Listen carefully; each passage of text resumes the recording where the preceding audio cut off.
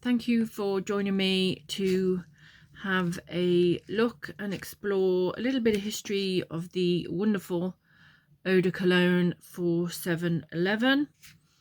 We've got some variations to have a look at and a small amount of history, and also some new variations to me which I have never even smelled till this video, which are the rose version and the lavender version.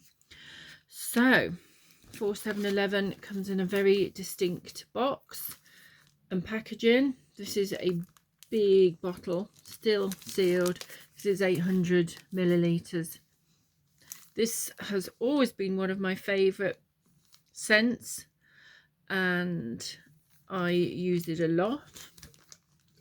Doesn't normally come in this bigger bottle. I'll just put that out the way. But it does also come in different variations of use. So these are tissues, wet wipes that you can keep in your bag, keep in your office, keep in your car. They're sealed and you take them out. This is slightly moist and you can use it to freshen up, to wipe down when you're feeling hot. It's just wonderful. It has got that classic 4711 smell, and I do use these a lot. They're very convenient.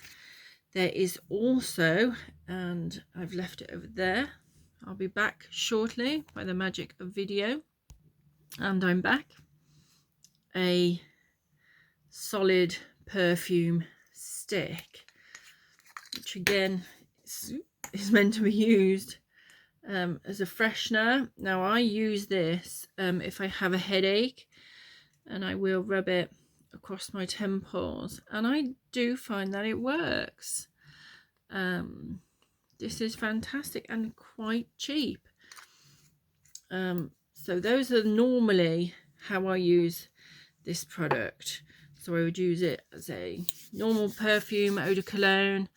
I use the wipes and I use the solid stick if I have a headache.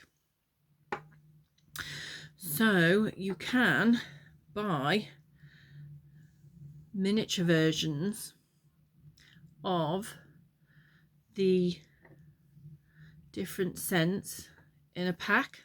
There are 4, as well as the original. So that's the original with its distinctive packaging.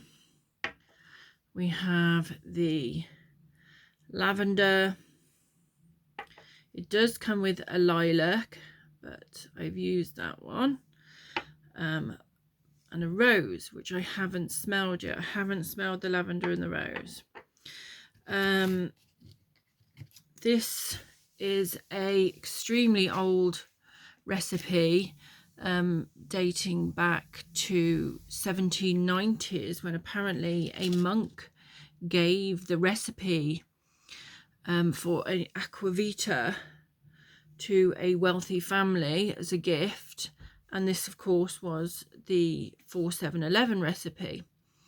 It's called 4711 because when the French barricaded Cologne in Germany, I presume you say it the same as Cologne, they gave numbers to each of the residents, and the house or building where the perfume was manufactured was given the number 4711, and that number was written in their recipe book, and hundreds of years later it's still called 4711, and it's the same perfume, the same smell. And as a historian, I absolutely love that you can experience the same scent as somebody in 1795, and I find that absolutely incredible. That's only one of the reasons I love it. I genuinely do love the fact that it's not overly floral. It's quite like nothing else. I wish I had more terminology for perfume and the top notes and the base notes, but all I can tell you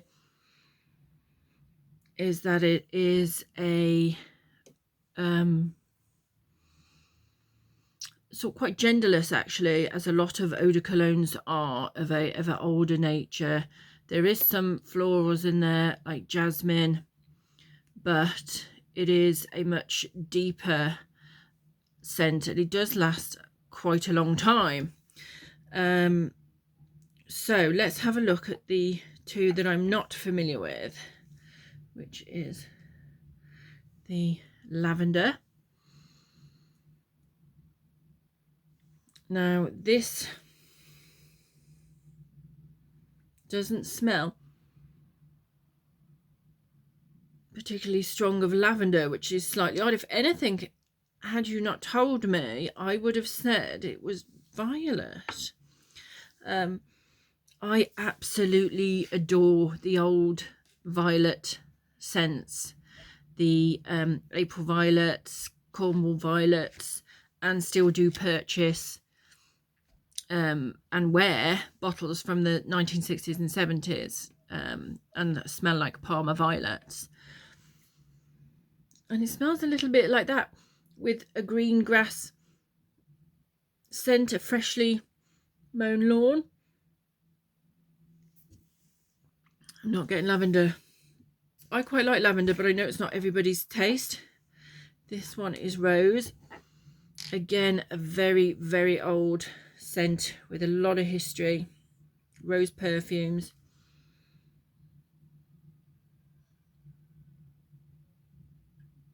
Only slightly in the background.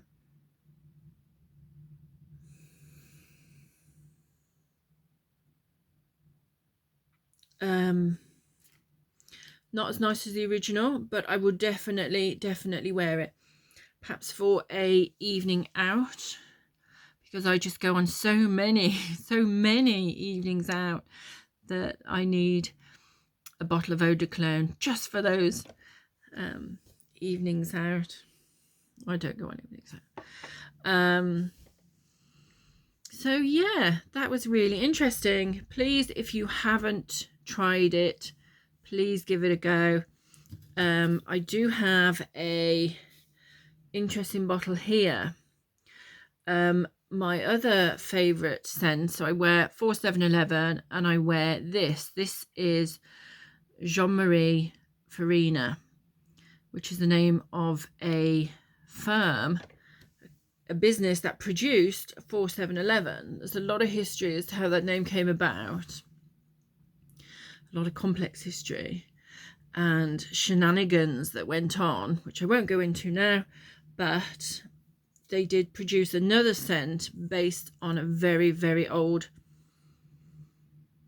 original recipe, again from the 1790s, and this is it. This is a vintage bottle, absolutely gorgeous. I'm guessing this is from the 1970s or the 1960s. It does come, it's still got its little box, which is just amazing. I'm guessing somebody went on holiday and brought this back and couldn't use it because it's so beautiful. I will be using it.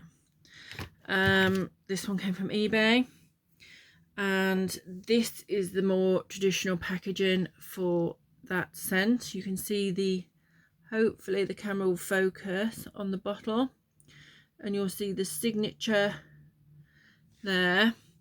This is a little bit more depth to it, a few darker notes, almost with a hint of oud, a hint of the exotic.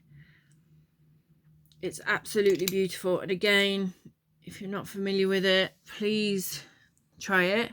Still available. It's produced by I think it's Roger and Gallet. Apologies if I have absolutely butchered that pronunciation, and any other pronunciations in this video. Just in terms of a few little extra fun facts before we end this video.